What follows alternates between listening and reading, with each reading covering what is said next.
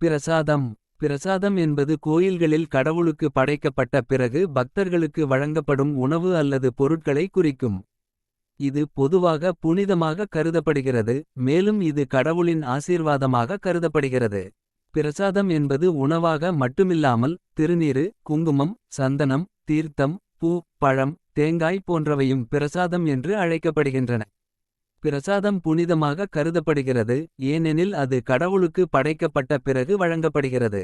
பிரசாதம் உண்பது பக்தர்களுக்கு மகிழ்ச்சியையும் மன அமைதியையும் தரும் என்று நம்பப்படுகிறது.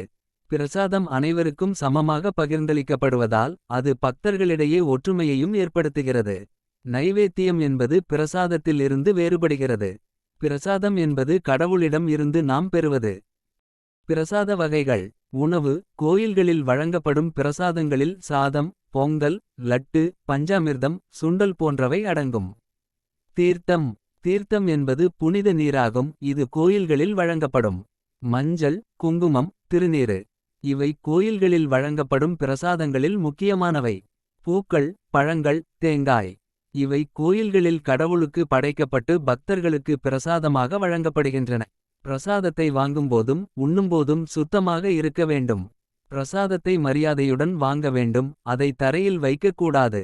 பிரசாதம் வழங்கியதற்காக நன்றி தெரிவிக்க வேண்டும்.